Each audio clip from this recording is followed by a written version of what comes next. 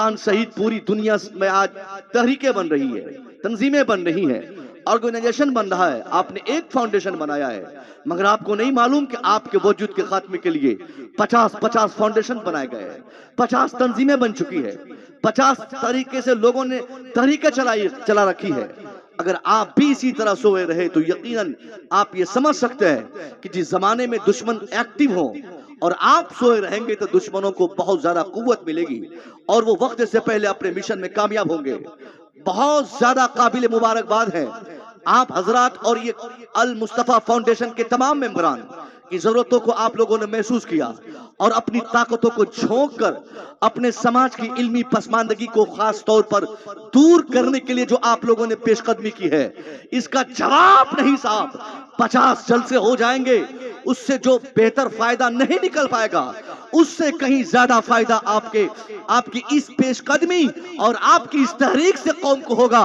ये कौम का वो बच्चा जो मजहब नहीं जान पाता है जान लेगा, जो इस्लाम नहीं जान पाता है जान लेगा, शरीयत नहीं समझ सकता शरीयत समझेगा, तालीम नहीं ले पाता तालीम लेगा, जिनको मजबूरी है वो पढ़ाई ड्रॉप करना चाहता वो पढ़ाई कंटिन्यू करेगा। ये सिर्फ आपकी पेशकदमी से आपने जो तहरीकें बनाई है, ये बहुत बड़ी तहरीक है। ये ऐसे भी हमारे यहाँ तहरीक की कमी नहीं है, हर गांव में एक कमेटी है, हर इलाके में कमेटी है, मगर उस कमेटी का काम क्या होता है? कमेटी का काम जलसा करना, बस जलसा किया काम खत्म। नौजवान कमेटी फला गांव, नौजवान कमेटी नबी नगर, नौजवान कमेटी दरियापुर, नौजवान कमेटी मालदा, नौजवान कमेटी साहब चांचल, नौजवान कमेटी कटिहार, नौजवान कमेटी पूर्णिया। ये क्या नौजवान कमेटी क्या काम है इस कमेटी का? जवाब आता है कि हम सरकार मखदूम समना के नाम पर उर्स करेंगे। बहुत अच्छी बात है, मगर वो सिर्फ उर्स करके रह जाते, आगे का कोई काम नहीं। दूसरी कमेटी आती है, वो कहती साहब मैंने भी कमेटी बनाई, हमारा मानना है कि हम सरकार आला हजरत के नाम पर सालाना उर्स मनाएंगे और आला हजरत के ताल्लुक से हम बातें करेंगे, और वही करके बस कर देते। दूसरी तीसरी कमेटी आती, वो भी किसी बुजुर्ग का जलसा करके वो भी कमेटी अपनी तमाम ताकतों को झोंक देती और काम पूरा खत्म। अब वो नौजवान कमेटी हमारे इलाके की वो कमेटी या उसके अफराद सोचते हैं कि हमने मुसलमान होने की जिम्मेदारी पूरी कर दी, हम मुसलमान थे, सालाना जलसा हमने किया, नौजवान कमेटी के ताउन से हमारा जलसा कामयाब रहा, और कोई दूसरा काम हमारा नहीं। हमारा काम जलसा करना, हमारा काम उर्स करना, हमारा काम साहब ईद मिलादुन नबी का जुलूस निकालना, बाकी कोई दूसरा काम नहीं। कभी हमने सरकार मखदूम पाक के नाम पे, सरकार आला हजरत के नाम पे, सरकार मुफ्ती आजम हिंद के नाम पे, किसी और बुजुर्ग के नाम पे हमने जलसा करके सोचा हमने कौम पर एहसान किया, इस्लाम पर एहसान किया, हमने अवाम पर एहसान किया। जवाब मेरी तरफ से मिलेगा, नहीं, आपने एहसान नहीं किया। अगर आपने सिर्फ जलसा किया तो आपने बहुत बड़ा जुल्म किया, आपने सिर्फ उर्स किया तो आपने अत्याचार किया है। अगर सिर्फ आपने अपनी पूरी ताकत को जलसा और जुलूस में लगा दिया और बुनियादी काम आपने नहीं किया तो आपने घोर अपराध किया। आप अपने समाज के घोर अपराधी हैं। अल्लाह ने अगर आपको ताकत दी है, उर्स करे कौन मना करता, जुलूस निकाले कौन मना करता, जलसा करे कौन रोकता।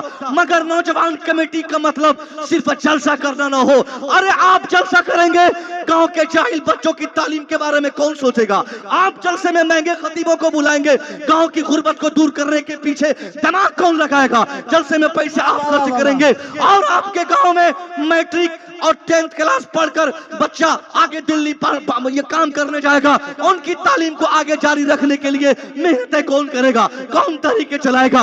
अगर आपने ऐसा नहीं किया और 50 जलसे हो गए, अल्लाह की कसम न सरकार मखदूम समना हमसे खुश होंगे, न सरकार आला हजरत राजी होंगे, कोई बुजुर्ग कोई शेख हमसे राजी नहीं होगा।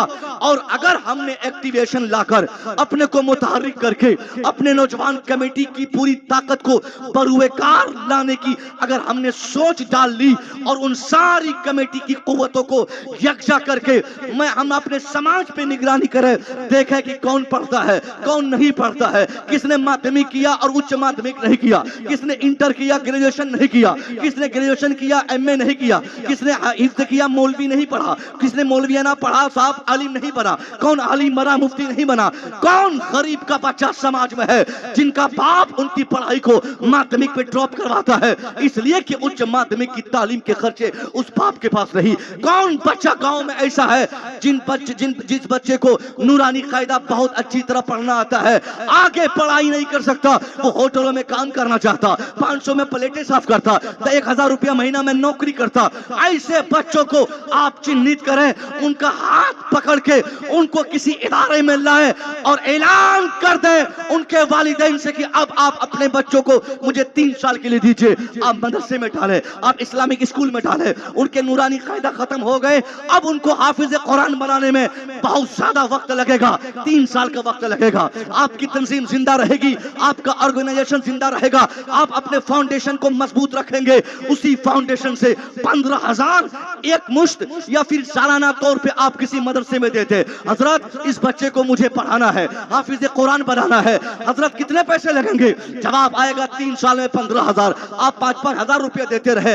मैं कसम खा के कह सकता हूं, आज मालदा कलियाचक या किसी मार्केट से मुसलमान के किसी बच्चे को होटलों से काम करते देखकर आपने उसका हाथ पकड़ के किसी इदारे को अगर आपने सुपुर्द किया, आप 5,000 महीने के सालाना दे दे या एक मुश्त 3 साल की फीस देकर आप चले जाए, 3 साल के बाद आप आके मुलाहाजा करेंगे कि आज जो बच्चा होटल में जूठी प्लेट साफ कर रहा है, 3 साल के बाद वो प्लेट सही नहीं साफ करेगा, बल्कि किसी मदरसे की चटाई या मस्जिद का मसल्ला उनके लिए इंतजार करेगा कि तू आ जा, होटलों में नौकरी मत कर, मेरी दस्तगाह या मेरे मसल्ले पे सवार हो जा, इमाम बन जा या खतीब बन जा। नारे तकबीर, नारे रिसालत, नारे रिसालत। 3 साल के बाद इतना जबरदस्त रिजल्ट देखने को मिलेगा। आपके गांव का वो लड़का जो आज 500 पे होटलों में काम कर रहा है, 3 साल के बाद वो मस्जिद का इमाम बनकर आपके गांव में तबलीग करेगा। ये कितना जबरदस्त रिजल्ट है साहब। अगर दुश्मन का बच्चा पढ़ ले तो क्या फर्क पड़ने वाला। दुश्मन का बदला लेने का सबसे बेहतर तरीका यह है, दुश्मनों पे वार नहीं किया जाए। अगर कोई आपको टारगेट करता है, सताता है, परेशान करता है, तो उसकी परेशानी का बदला ये नहीं कि आप भी तलवार उठाएं, लाठी उठाएं, भाला ले ले, नहीं। अगर आप तब्दीली चाहते हैं तो दुश्मन के बच्चे को पढ़ा दे, वो दुश्मन का बच्चा भी आपका दोस्त, वो भी आपकी इज्जत करेगा। ये है तब्दीली।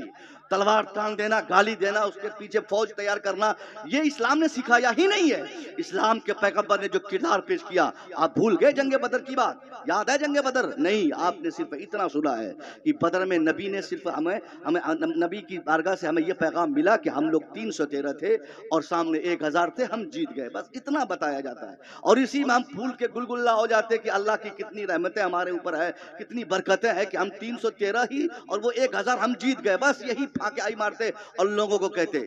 सच्चाई मुझसे सुनिए, बदर की ये बात सच है कि हम 313 थे, ये भी सच है कि सामने 1000 से ज्यादा थे, ये भी सच है कि हम भूखे थे, ये भी सच है कि सामने खा के आए थे, ये भी सच है हमारे पास असलहे कम थे, ये भी सच है कि दुश्मनों के पास वेपन्स ज्यादा थे, ये भी सच है कि हमारे पास वसाइल और जराए कम थे, ये भी सच है कि सामने दुश्मनों के पास बहुत सारे वसाइल और जराए थे। मगर बद्र जिसे जंग तफरीक हम कहते हैं, जिसको हम डिस्टेंस की जंग कहते हैं, उस जंग का किरदार सिर्फ यही नहीं कि हम जीत गए और सामने वाला हार गया, बल्कि इसका लास्ट का किरदार क्या है? जब मुसलमानों को अल्लाह ने जीत नसीब फरमाई, मुसलमानों के हक में फतह याबी हुई और मुसलमान कामयाब हो गए, मुसलमानों ने जब दुश्मनों को जेलों में डाला था, उन तमाम दुश्मनों की जब फहरिस्त तैयार की गई, उसकी जब लिस्टिंग की गई, सारे दुश्मनों की फहरिस्त को मुस्तफा करीम की बारगाह में पेश किया गया। हुजूर, ये हमारे दुश्मन है, ये हमारे मुखालफिन है, हमने इन्हें पकड़ा है, हमें अल्लाह ने जीत दी और ये लोग भाग रहे थे, इन भागते हुए दुश्मनों को हम लोगों ने पकड़ के अपनी जेलों में डाला है। हुजूर, आप बताइए कि इनके साथ क्या किया जाए, इनको कैसे मारा जाए, इनको कहां लटकाया जाए। तो इंतकाम और रिवेंज का मतलब ये होता कि मुसलमान उसको जेलों में नहीं डालते, वो तो इंतकाम की बात थी, वहां तो रिवेंज का मामला था, वहां तो इस्लामिक स्टार्टिंग पॉइंट की बात थी। मुसलमान चाहते तो बआसानी हुजूर का एक इशारा उनको मिलता, उन दुश्मनों को पूछ पूछ के मारते, किसी को उल्टा लटकाते, किसी की चमड़ी उखाड़ते, किसी का हाथ तोड़ देते, किसी की टंगड़ी तोड़ते, किसी की गर्दनें मारते, किसी का घर जलाते, किसी को ज़बह कर देते। मगर तारीख इस्लाम नहीं साहब, तारीख दुनिया बताती है इस्लाम के पैगंबर के मानने वालों ने जिन दुश्मनों को अपने अपने कब्जे में किया था, अपनी जेलों में डाला था, उन दुश्मनों की लिस्टिंग करके उनके नाम को जब नबी की बारगाह में पेश किया गया कि हुजूर इनके साथ क्या किया जाए, इनके साथ क्या बर्ताव किया जाए, तो हुजूर मुस्कुराते रहे। मुस्कुरा के आपने जो इरशाद फरमाया था उसका सेंस यही निकलता। आपने ये नहीं कहा कि इन्हें उल्टा लटकाओ, इन्हें मारा जाए, इन्हें इनकी बूटी बूटी करके इनको जानवर के हवाले कर दो, इनकी गर्दन मार दो, इनका हाथ काट दो। अगर हुजूर चाहते, इशारा फरमा देते, तो उस वक्त बदर की जीत के बाद, चूंकि मुसलमान बहुत ज्यादा इमोशनल थे, बहुत जज्बाती थे, मुसलमान चाहते तो सिर्फ न उन दुश्मनों का खात्मा होता, बल्कि चुन चुन के पूरी दुनिया में जहां जहां भी इस्लाम दुश्मनी की बात करने वाला कोई होता, मुसलमान उसकी गर्दन तक अपना हाथ पहुंचाते, उसकी गर्दन निमोड़ के रख देते। वो ऐसा मोमेंट था।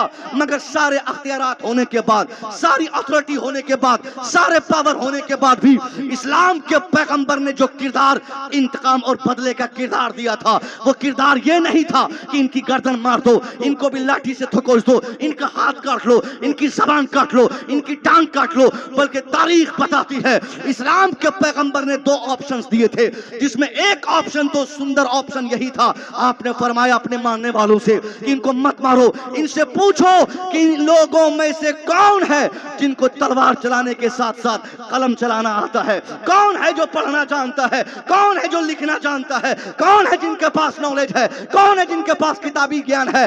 अगर ये किताब पढ़ा है, अगर ये नॉलेजफुल इंसान है, अगर उनके पास नॉलेज है, तो उनको कह दो घबराने की जरूरत नहीं, उसको डरने की जरूरत नहीं, उनको डरने की कोई हाजत नहीं। उनको जाके कह दो कि वो अगर पढ़ा लिखा है, मेरे यहाँ आए, अकेला आए, मेरे 10 लोगों को पढ़ा दे, मैं बगैर मुतालबे के आजाद कर दूं। वाह वाह, सुभान अल्लाह सुभान अल्लाह। नारे तकबीर, नारे रिसालत, नारे हैदरी, तालीमाते मुस्तफा, नारे तकबीर, नारे रिसालत। बात समझ में आई? ये इंतकाम है, ये रिवेंज है, दुश्मनों से बदला लेने का। इस्लाम के पैगंबर ने जो जुरत की, आपने बदला लेने की जो जुरत की, जो आपने हिम्मत दिखाई, जो आपने किरदार पेश किया, खुदा की कसम किसी भी दुश्मन से दुनिया का दूसरा आदमी इस तरह का बदला नहीं लेगा, इस तरह बदला नहीं लेगा। जिस नबी ने अपने दुश्मनों से पढ़ने का मजाज अपने मानने वालों के साथ साथ पूरी दुनिया के सामने अपने किरदार से जंगे तफरीक के मौके से इनायत फरमाया है, उसी नबी के मानने वाले अगर जाहिल रह जाए तो ये रोने की बात है, ये अफसोस की बात है। ये बहुत बहुत बड़ी गलती हमारी होगी कि हमारे समाज की कोई एक फर्द भी जाहिल रह जाए। यहाँ मुमकिन है कोई बोलेंगे हजरत ये एजुकेशन पे गुफ्तगू कर रहे हैं, अच्छा नहीं लग रहा है, हमारा बेटा तो डॉक्टर बन रहा है, हमारा बेटा इंजीनियर बन रहा है, हमारा बेटा पुलिस में है, हमारा बेटा फौज में है, हमारा बेटा ऑफिसर है। ये सब बोल सकते हैं, अगर किसी का होगा तो वो सोच सकते हैं।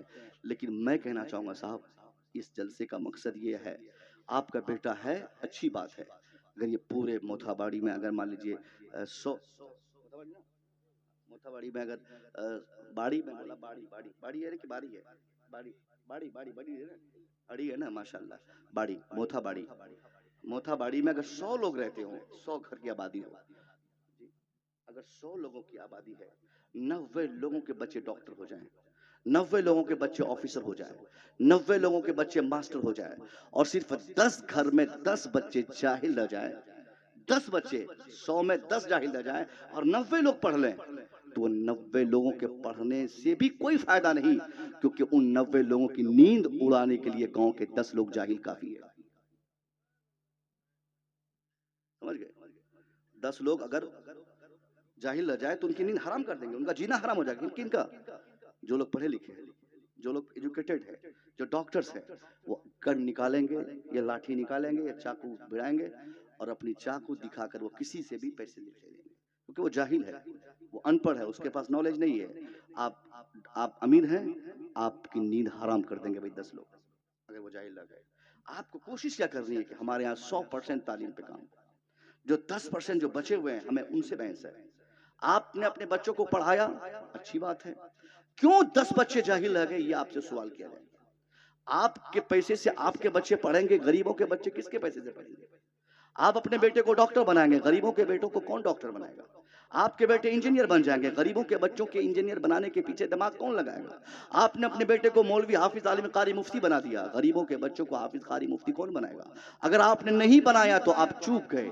और बेहतर समाज वही है जिस समाज के 100% लोग पढ़े लिखे हो। मगर ये 100% की अगर बात की जाए, हमारे यहाँ 10% लोग पढ़ते, 90% लोग जाहिल रहते। तो हजरत यहाँ पे माध्यमिक के बाद लोग ड्रॉप करा के 3 या 4 महीने बच्चे को मुंबई भेजते हैं काम करने के लिए, फिर माध्यमिक के उच्च माध्यमिक में बच्चे वहीं रहते हैं, फिर आगे एग्जाम देते हैं, फिर मुंबई चले जाते हैं। अच्छे पढ़ने लिखने वाले बच्चे को गार्जियन भेज अब देते हैं। बताइए, ये बहुत अफसोस की बात है। मैं आता हूँ उस टॉपिक पे, इंशाल्लाह मैं बोलता भी ये सब बातें बोलता, क्योंकि मैं टीचर हूँ, मुझे बहुत तजर्बा मालूम मुसलमानों के बारे में। मुसलमानों के बच्चे माध्यमिक में 80% लाने वाले बच्चों ने तालीम ड्रॉप की है। मैंने देखा है 80% नंबर लाने वाले बच्चे पढ़ाई छोड़ दिए हैं। अगर या तो वो आगे नहीं पढ़े, और 80% वाले अगर उनके वालिदैन अगर उनको दिल्ली भेजते हैं, मुंबई भेजते हैं काम करने के लिए, तो दिल्ली भेजने वाला गरीब आदमी अपने बच्चे को तालीम से दूर रखा है। और वो गरीब बच्चा दिल्ली जाकर 2 साल काम करेगा, दिमाग खराब होगा, गरीब है, गुर्बत याद आएगी। कोई बहकाने वाला आके बहकाएगा, बोलेगा कितना काम करेगा, कितनी मेहनत करेगा, ले 10 लाख और ये बम ले वहां जाके फोड़ दे। गरीब है ना वो, गुर्बत उनके लिए उनसे कुछ भी करवा देगी। तो वो चूंकि ब्रिलियंट तो है, चूंकि 80% नंबर लाया, वो तेज तर्रार बच्चे ही तो ये सब काम करते हैं। तेज है और प्लस गरीब है। गरीब को पैसा चाहिए और उन लोगों को तेज चाहिए, तो तेज इंसान उसे मिला और इससे पैसे की जरूरत थी, इनको पैसा मिल गया। अब इनका नाम अफजल रहेगा, इनका नाम असलम रहेगा, इनका नाम जैद रहेगा, इनका नाम फारूक रहेगा। अब यही नाम काफी है, पूरा हाईलाइट होगा। एक बच्चा हमारा गलती करेगा, उसकी वजह से पूरे माशरे की नाक कटेगी, शर्म से हम सब सर झुका लेंगे कि क्यों मेरे नाम का, मेरे समाज का कोई फर्द आज इतनी बड़ी गलती कर बैठा। अगर कोई एक लड़का बिगड़ता है तो उसकी बिगाड़ के पीछे गांव के सारे लोग जिम्मेदार हैं। इससे पहले कि हमारे गांव का कोई एक लड़का पढ़ाई ड्रॉप करे, आप उससे पहले उसके पीछे दिमाग लगाए, उनके तालीमी अखराजात को बर्दाश्त करने के लिए तंजीम बनाए और उस तंजीम की पूरी ताकत को आप झोंक दें कि गांव का एक बच्चा भी तालीम ड्रॉप ना कर सके। और अगर उसने नहीं किया है और फॉर्मेलिटी निभाने के लिए कुछ बच्चे हमारे पढ़ते हैं कि मैं तो एमए किया हूं, मैं तो ग्रेजुएशन किया हूं। साहब, ये फॉर्मेलिटी निभाने वाली डिग्री की आज हाजत नहीं है, कॉम्पिटिटिव जमाना है, ये मुकाबलाजाती दौर है। यहाँ पे क्या बोलते हैं कि साहब मुकाबले की कदर होती है, मुकाबले में हम पहुंचेंगे, कंपटीशन फाइट करेंगे, कंपटीशन में आके जब हम सामने आएंगे फिर हमारी कदर होगी, फिर हमारा मर्तबा समझा जाएगा। और आज तक ऐसे बच्चों को कामयाब होते नहीं देखा गया, जो बच्चे ऐसे ही नॉर्मल सिर्फ स्टडी करते या डिग्री हासिल करते। आप आज दिल्ली भेज रहे हैं, गलत कर रहे हैं। आज ट्रेनों के डब्बों में आपके बच्चे जानवरों की तरह ठूस के आपने भेजा दिल्ली, मुंबई और कलकत्ता काम करने के लिए। आप सब्र करें, आप सब्र से काम लें, थोड़ी देर और आप रोटी पे गुजारा करें, कुछ देर और झोपड़पट्टी में आप रह लें, 5 साल और बच्चे के पीछे मेहनत करें, 5 साल और अपनी ताकत लगा दें। माध्यमिक के बाद उच्च माध्यमिक पढ़ाएं, उसके बाद साहब आप इंटर के बाद आप उसको ग्रेजुएट बनाएं। मैं दावे से कह सकता हूं, जो बच्चा आज आपका दिल्ली जा रहा है या आज गुलामी करने जाता है, 5 साल के बाद भी गुलाम रहेगा, 10 साल के बाद भी गुलाम रहेगा, 25 साल के बाद भी नौकर रहेगा, वो नौकर का नौकर रहेगा। क्यों आप अपने बच्चों को नौकर और गुलाम बनाने पर तुले हैं? आज मत भेजिए, पहले उनकी तालीम पे खर्च कीजिए, उनकी तालीम पे तवज्जो दीजिए, उनके पीछे जो करना पड़े, जमीन बेच के पढ़ाना हो पढ़ा दीजिए, मकान बेच के पढ़ाना हो पढ़ा दीजिए, आप अपनी गाड़ी बेचना हो तो बेच के पढ़ा दीजिए। जमीन बेच के बच्चों को पढ़ाना ऐब नहीं, मकान बेच के पढ़ाना ऐब नहीं, खेत बेच के पढ़ाना ऐब नहीं, गाड़ी बेच के पढ़ाना ऐब नहीं। ऐब की बात तब है कि आप लखपति रहें और आपका बेटा जाहिल रहे, ये ऐब की बात है। आपके दरवाजे पर कार लगी हो और बेटा अनपढ़ हो, ये ऐब की बात है। आप साहब ऊंचे मकान और टाइल्स वाले घर में आप रहते हो और बेटा को कुछ नहीं आता हो, फिर वो ऐब की बात है। ऐब की बात ये है कि आप प्रधान है, आप मुखिया है, आप सरपंच है, आप नेता है, आप चौधरी है, आप सेठ है, आप बॉस है और आपके घर के बच्चे जाहिल है, ये ऐब की बात है। इसलिए आप पूरी ताकत झोंक दे, 5 साल इंतजार करें। मैं दावे से कहता हूं, अगर आपने ऐसी मेहनत की, 5 साल के बाद भी आपका बेटा मुंबई जाएगा, मगर गुलामी करने नहीं बल्कि बार शहद करने वो मुंबई जाएगा। नौकरी करने नहीं जाएगा, वो इंजीनियर बन के जाएगा, वो डॉक्टर बनने नहीं ये वो क्या बोलते हैं, गुलाम बन के नहीं जाएगा, वो डॉक्टर बन के जाएगा अगर आप पढ़ाएंगे। ये 10,000 कमाने के चक्कर में, आपको मालूम है 40 दिन के बारे में कहा जाता है कि जो 40 दिन के बीच में अगर एक दिन भी अगर हमने पढ़ाई से दिलचस्पी हटा ली, फिर 40 दिन तक के उसकी बरकतें हमसे दूर हो जाती है। अब यहाँ 3-3 महीना 6-6 महीना फॉर्म भर दिया और चले गए दिल्ली। नहीं, पढ़ाना है तो बिल्कुल यकसुई के साथ, दिलचस्पी के साथ, मुकम्मल तवज्जो के साथ हमें अपनी तमाम तर कुव्वतों को तालीम पर मरकूज करना है, एजुकेशन पे, शिक्षा पे हमें शिक्षा लेना है। माँ बाप की जिम्मेदारी है। बेटा गलती करेगा कभी नहीं हो सकता। हम लोग टीचर हैं, हम लोग क्लास में जब घुसते हैं ना, किसी बच्चे की क्या औकात है साहब क्लास से भाग जाए या तवज्जो ना दे। क्लास में घुसने के बाद वो लोग दुआ मनाते कि जल्दी से इनका टाइम खत्म हो कि यहाँ से जाए। एक एक पॉइंट पे हम लोग गिरफ्त करते हैं, एक एक बात को दिलचस्पी से पढ़ाते हैं, और ऐसा खौफ ही नहीं बल्कि मोहब्बत भी रहती है। फ्रेंडली माहौल में, दोस्ताना माहौल में पढ़ाना रहता है। और उस बीच में अगर कोई बच्चा गलती करता है तो फिर उसकी खैरियत नहीं रहती साहब। ये है क्लासरूम के की कहानी। और हर टीचर की जगह पर माँ बाप को भी ये सोचना चाहिए, हर बाप की जिम्मेदारी अपने बच्चों के लिए किसी टीचर से कम भी नहीं है। हर बाप अपने बच्चों के लिए टीचर है, हर माँ अपने बच्चों के लिए टीचर है। आप सख्ती से काम लें, आप निगाह तेज करें। बच्चा आपका लूडो खेलेगा 5 घंटा तक, आपका बेटा 3-3 घंटा मोबाइल चलाएगा, ऐसा कैसे हो सकता है? एक दिन कायदे से 2 झापड़ कान में लगाइए, उसके मोबाइल छीन के, उसकी औकात समझ में आएगी कि बाप की अहमियत क्या होती है, माँ की इज्जत क्या होती है। समझ गए? पहले तो माओ ने अपनी बेटियों को बिगाड़ा, बाप ने अपने बेटों को बिगाड़ा। 8th में पढ़ने वाली बेटी को आपने मोबाइल पकड़ा दिया। हमारे यहाँ जब बच्चों को हम लोग देखते हैं, कॉपी भूल जाती है, कोई एक चैप्टर, एक बुक भूल जाती है, होमवर्क करना भूल जाती है बच्चियां, मगर अपने पर्स या अपने बैग में मोबाइल नहीं भूलती है। किसने दिया? हम पूछते गए इंग्लिश की कॉपी कहाँ है? सर वो आज भूल गए। इंग्लिश की कॉपी भूल गई, मैथ की, अरे वो तो बनाया ही नहीं, और ये मोबाइल नहीं भूली। अब तो बच्चियां चार्जर और वो इतना बड़ा मिलता है ना मोबाइल चार्ज करने वाला, क्या बोलते हैं उसको, ये नोमान भाई को सब मालूम है, पावर बैंक लेके चलती है कि कहीं मोबाइल डिस्चार्ज ना हो जाए। अब इस स्थिति में बच्चियों को किसने लाया है? आपने लाया है। सुनिए, आपने लाया है और आप जैसे बुजुर्गों ने लाया है। 8th और 9th और 10th से पहले बच्चों को मोबाइल देना या बच्चों को मोबाइल पकड़ाना, ये बच्चों को बिगाड़ने के लिए सबसे बड़ा हथियार देना होता है। आज जो हमारी बेटियों के साथ मामलात हो रहे हैं, आप और हम बराबर के शरीक हैं। किस ख्वाहिश की तकमील आप चाहते हैं? बेटी को 10,000 मोबाइल देके आप क्या करना चाहते हैं? ऑनलाइन पढ़ाई करेगी? वो नहीं करेगी। 2 दिन पढ़ेगी, तीसरे दिन से फेसबुक चलाएगी, व्हाट्सएप चलाएगी। अब तो रील्स भी बना रही है, कुछ दिन निकाब पहन के रील्स बनाएगी, किसी गाने पर वो लेफ्ट राइट करेगी, उसके बाद उसकी तवज्जो इस कदर दराज होगी कि ठुमके लगाएगी, डांस करेगी। फिर आजादी का ऐसा गलत मफहूम उसके दिमाग में सवार होगा कि फिर 18 साल के बाद हमारी वही बेटी हमारे सामने आके बोलेगी, अब्बा ये लड़का मेरी पसंद का है, मैं इससे शादी करूंगा। अब्बा ये लड़का वो मजहब नहीं देखेगी, वो धर्म नहीं देखेगी, वो बिरादरी नहीं देखेगी, वो समाज नहीं देखेगी, वो सोसाइटी नहीं देखेगी, क्योंकि आपने बचपन में ही आजादी का एक ऐसा गलत मफहूम उसके दिमाग में बिठा दिया है। आज जब 18 साल से बड़ी हो गई, उनको मालूम है कानून ने उसको क्या हक दिया है, उनको मालूम है संविधान क्या कहता है, मगर वो ये नहीं जानती कि इस्लाम क्या कहता है, उसको ये नहीं मालूम कुरान क्या कहता है, उसको ये नहीं मालूम कि इस्लाम क्या कहता है, शरीयत क्या कहती है। उसने हवाला दिया बाप को, माँ को, कि आप अगर राजी हैं तो ठीक है, वरना आपको पूछे बगैर मैं जाती हूँ कचहरी, एक वकील करूंगी, फॉर्म फिलअप करूंगी, मैं जज साहब के सामने जाकर हम दोनों आपस में कोर्ट मैरिज करेंगे। आप क्या कर लेंगे? उस वक्त आप मौलवी साहब को तलाशेंगे, हजरत तावीज लिख दीजिए बेटी बिगड़ गई, हजरत तावीज लिखिए बेटा बिगड़ गया, हजरत मेरी बेटी को किसी ने कुछ खिला दिया, हजरत मेरे बेटे को किसी ने बहका दिया। मैं दावे से कहता हूं, कभी आपकी बेटी को कोई कुछ खिला के बहकाता नहीं, आपने बहकाने का रास्ता फराहम किया। आपने मोबाइल पकड़ाया था, उसी दिन बेटी बहकने लगी थी। आपने बेटी को आजादी का माहौल दिया, वहीं बेटी बिगड़ी थी। तावीज से बेटी नहीं सुधर सकती।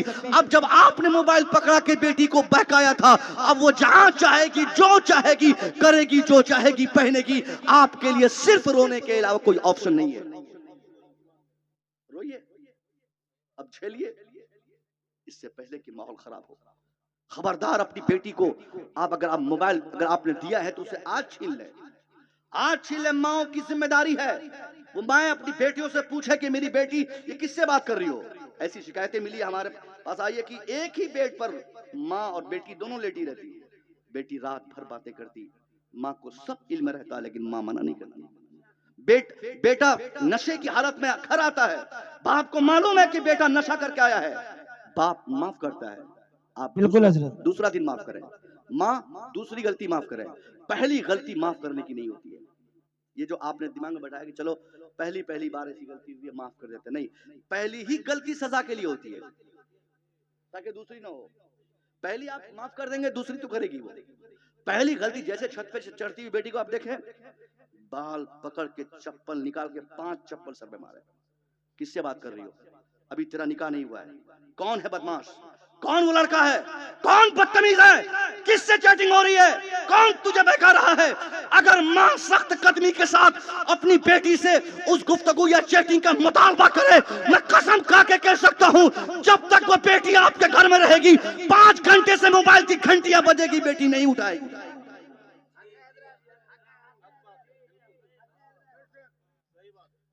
नबी ने फरमाया, मारने की बात नबी ने कहा है, मन रा मिनकुम मुनकरन फलयुगय्यिरहु बियदी। Anyone who sees any types of disease in your society, तुम्हारे समाज का कोई व्यक्ति अपने समाज में किसी प्रकार की कोई भी गलती करता हुआ किसी व्यक्ति को देखे, नबी ने क्या फरमाया कि उसे चाहिए कि वो अपने हाथ की ताकत से उसे उस गलती की इस्लाह करे। हाथ की ताकत का मतलब मारने की जरूरत पड़े तो मार जाए, पीटने की जरूरत पड़े तो पीटा जाए। ये बहैसियत गार्जियन आपकी जिम्मेदारी है कि नहीं है कि नहीं है? बोलिए। आप नहीं मारेंगे, हम मारेंगे, मस्जिद के इमाम साहब मारेंगे, फाउंडेशन के मेंबर मारेंगे, बाहर के लोग नहीं। ये काम आपको करना है, बाप आप है, मैदान महशर में आपसे सवाल होगा। नबी ने क्या कहा, नबी ने ये भी ज़हन दिया था, कुल्लुकुम राइन व कुल्लुकुम मसऊलुन अन रैया, everyone from your society is a monitor yourself. तेरे समाज का हर व्यक्ति अपने समाज का मॉनिटर है, निगरान है, रहबर है, मालिक है, और हर रहबर से उसकी रहबरी के बारे में, हर गार्जियन से उनके गार्जियनशिप के बारे में, हर मॉनिटर से उनके मातहत के बारे में कल मरने के बाद सवाल होगा। माओ से उनकी बेटियों के बारे में खूब सजदे आप करो, खूब सजदे करो। अगर आपकी बेटी बिगड़ी हुई है तो कल आपके सजदे को अल्लाह आपको वापस कर देगा।